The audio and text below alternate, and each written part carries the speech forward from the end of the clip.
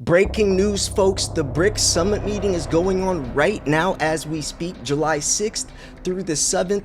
Trump has threatened the BRICS nations, and you will not believe what he said. This week's gold, silver, and platinum specials for Miles Franklin are pre-65 dimes and quarters, only 99 cents over spot. We also have 1 ounce silver Pamp Swiss rounds for only $2.59 over spot, 10th ounce gold maples, $45 over melt, and 1 ounce platinum platypus coins for only $119 over spot. If you wanted that or anything else that we have to offer, we have a huge variety, weekly specials. Send an email to info@milesfranklin.com. Let them know Slayer sent you. When you send an email, it helps me out. Andy Scheckman is the CEO of this company, so you know we're legit. We're the most respected around with the best prices. You can trust us, and we are here to help you. With that said, let's jump into the video.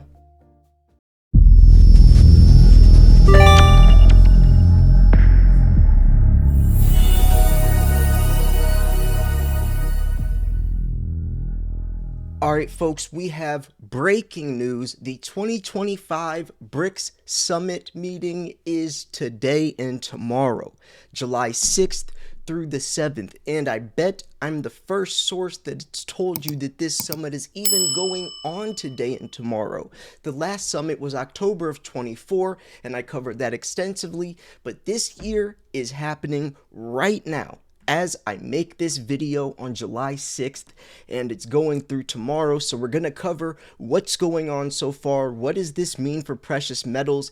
Is this new BRICS currency called the unit going to be announced? You know, are they going to be announcing any commodity exchanges? This is all very important stuff. And when I was looking into this today, I could only find sources from Brazil or Russia or Iran, countries from the BRICS, like Al Jazeera even. I couldn't find any sources from Western media. And this is part of the problem. And this is why you gotta be subscribed, folks, because if you're not, then you are completely blindsided, blindly investing in just out of the know from serious world stuff, geopolitics that is definitely affecting you, your investments, and your lifestyle in general. If you're not aware of the BRICS, it's Brazil, Russia, India, China, South Africa, plus many other countries. They are basically going against the G7, which is America, Canada, Japan, all these countries that we are allied with. So it's us versus them.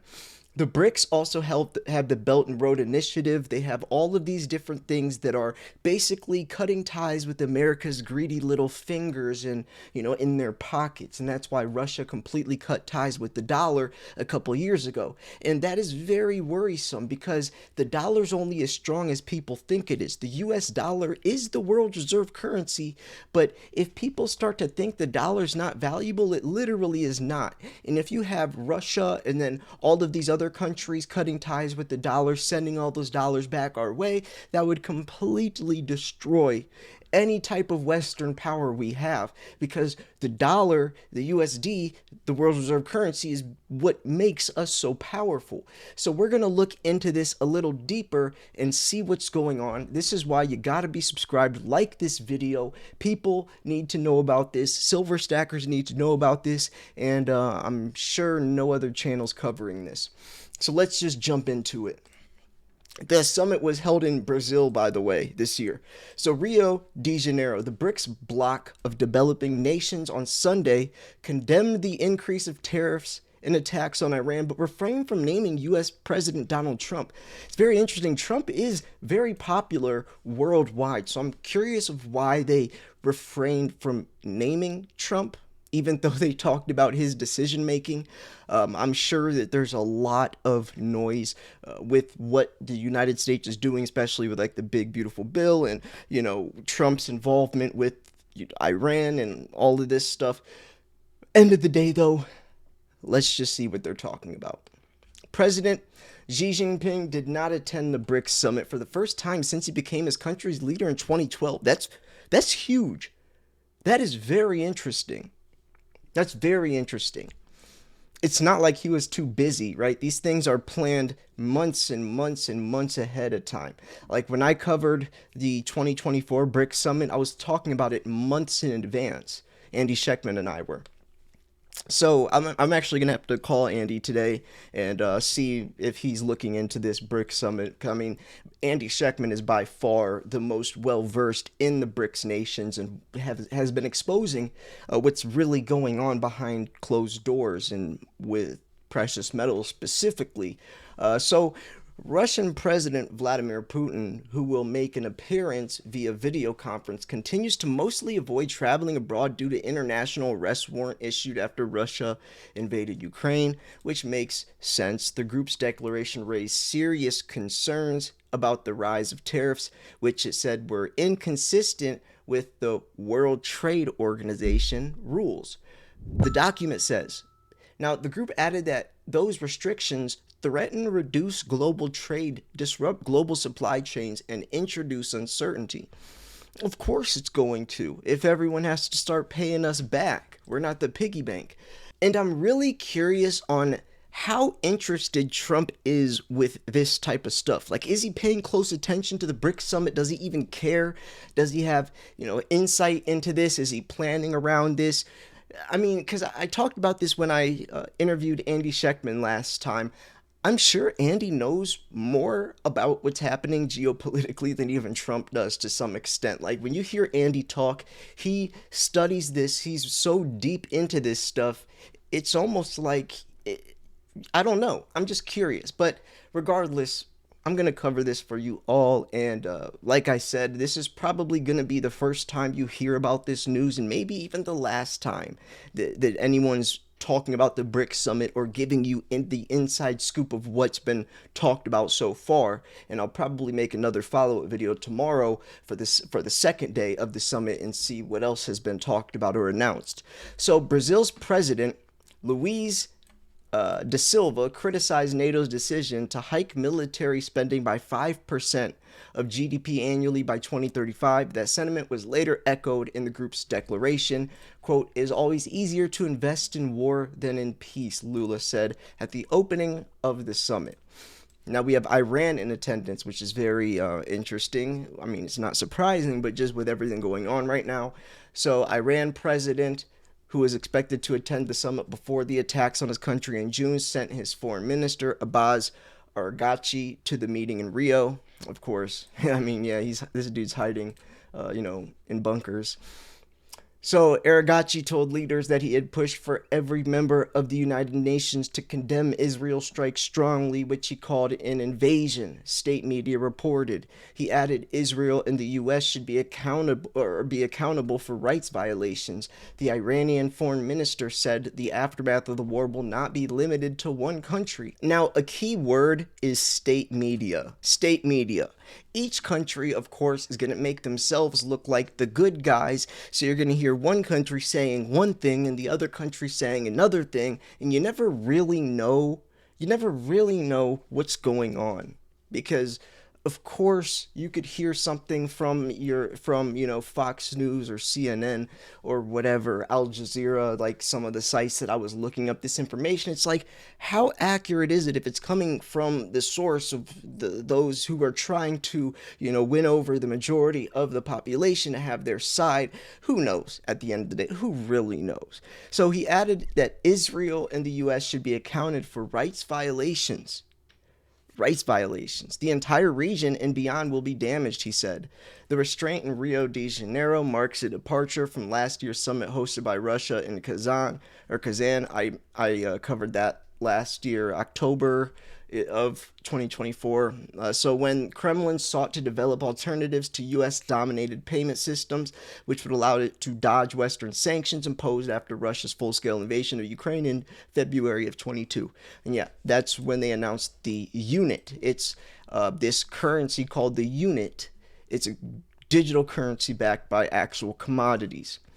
So we recall our nation's position concerning the conflict in Ukraine as expressed in the appropriate fora, including the UN Security Council and the UN General Assembly, the group said in its final declaration. Jose Alfredo, an international business and geopolitics professor at the Pontifical Catholic University in Parana, said the summit would have played a role in showing an alternative to an unstable world, but won't do so. Quote, the withdrawal of Egypt's President Abdel Fattah Sisi and uncertainty about the level of representation for countries like Iran, Saudi Arabia, and the UAE are confirming the difficulty for BRICS to establish themselves as a cohesive pole of global leadership. This moment demands high-level articulation, but we are actually seeing dispersion. And that is actually what I talked about in the with the last meeting. I remember covering an article where they mentioned all of the roadblocks that the BRICS would have for them to successfully take over the world, if you want to put it like that.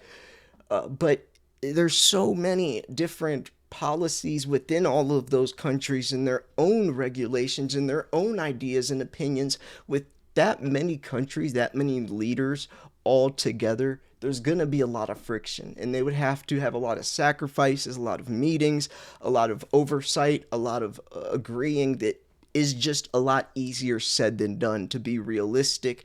They all do have one common denominator, which is hating the West, but are they going to be able to come to any type of conclusion anytime soon to make this possible, a reality, right? I'm a realist. How realistic is that to happen, especially now with Trump back in office? So avoid Trump's tariffs. Brazil, the country that, and actually I'm going to pause right there. If Biden would have won or Harris would have won, then I do think the BRICS would have a much easier time. But with Trump in office, that definitely held off. And that's my opinion. Let me know what you think. So Brazil, the country that chairs the bloc, has picked 6 strategic priorities for the summit: global cooperation in healthcare, trade, investment in finance, climate change, governance for artificial intelligence, peacemaking and security, and institutional development.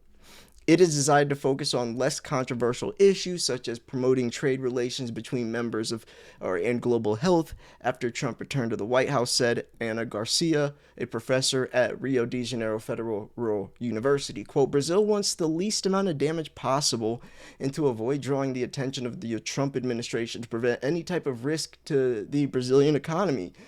And there you go. That just answered my question.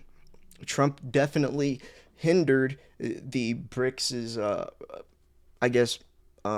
plans, if you want to put it that way, right? Their whole plan was deciding not to focus on controversial issues because he didn't want Trump or the Trump administration to get into, their nitty gritty, right? They don't want to push any type of risk to the Brazilian economy, so they decided to focus on less controversial issues. So that's directly right there, Trump influencing the direction that the BRICS meeting went and what they're doing, what they're focusing on moving forwards.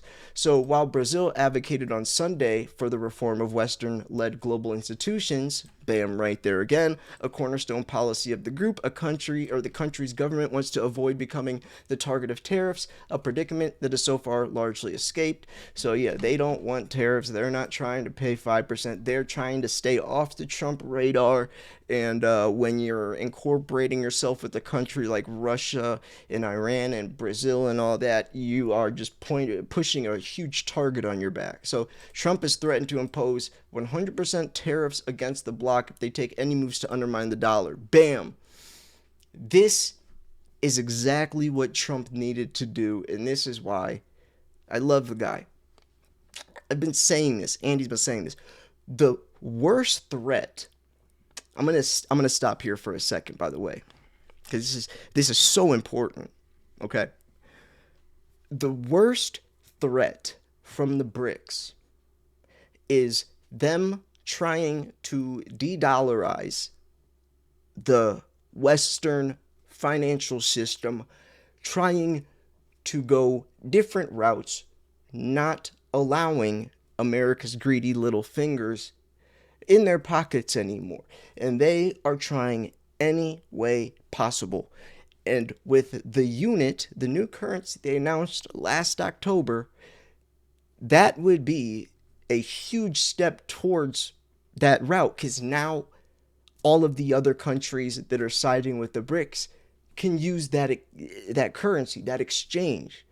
BRICS Grain Exchange as well, Belt Road Initiative as well. All these different sources and trains and waterways and highways and all these different ways to all connect them and themselves is going to affect the West.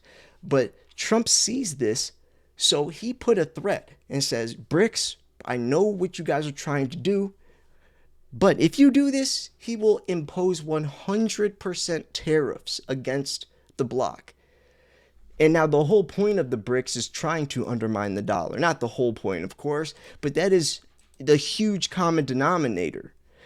So with that threat at play, that is definitely a huge thing to note, and I'm very glad to have read that. So this is the best opportunity for emerging countries. BRICS was founded by Brazil, Russia, India, China, South Africa, of course, but the group last year expanded, including Indonesia, Iran, Egypt, Ethiopia, and UAE, and others, as well as new members. The bloc has 10 strategic partner countries, a category created last year's summit that includes Belarus, Cuba, Vietnam. That rapid expansion led Brazil to put housekeeping issues, officially termed institutional development, on the agenda to better integrate new members and boost internal cohesion. Despite notable absences, the summit is important for attendees, especially in the context of instability provoked by Trump's tariffs wars. Bruce Shield, a researcher at University of Sao Paulo BRICS Study Group, quote, the summit offers the best opportunity for emerging countries to respond in the sense of seeking alternatives and diversifying their economic partnerships. I think they should have probably waited till things blow over more so at least they could all meet together in person or just kind of see how this all played out. You can't get much done right now because there's so many unknown answers. The consequences haven't even fully played out yet. So how can you plan when you don't even know what's about to happen next? Earlier on Sunday, a pro-Israel nonprofit organization placed dozens of rainbow flags on Ipana beaches or Ipanema beaches to protest Iran's policies regarding LGBTQ plus people. On Saturday, human rights groups or Amnesty International protested Brazil's plans for offshore oil drilling near the mouth of the Amazon River. For Lula, the summit is welcome pause for a difficult domestic scenario marked by a drop in popularity, a conflict with Congress. The meeting was also an opportunity to advance climate negotiations and commitments on protecting the environment before November's COP30 climate talks in the Amazonian city of Belém. So yeah, that's basically what's going on right now with the BRICS Summit, the July 6th, the first day of the summit. Here are some pictures from it. Remember, this is in Brazil, so you have all of these world leaders talking, networking, planning, but they all got Trump on their mind. In the back of their mind, Trump is this unspoken entity that everyone fears because they will push. He's threatening 100% tariffs if you try to undermine the dollar, which they all have been trying to do. And this is why Trump needed to come back into office, because do you think Biden or Harris would have threatened 100% tariffs? She would have let them create the BRICS exchange, and she would have promoted, probably allowed them to do this with open arms. Sure, go do that. I don't know. There's just a lot happening, and I'm really glad that that is the most important sentence I've read. This sentence right here is the most important thing that I've read in a long time that affects everyone in America. So yeah. Shout out to Trump for doing that. Anyways, I'm going to wrap this video up here. Thank you so much for tuning in. This was Silver Slayer. Make sure you subscribe if you want daily videos like this. You're not going to get this stuff anywhere else. Thanks for tuning in. This is Silver Slayer. I'll see you guys tomorrow. Peace.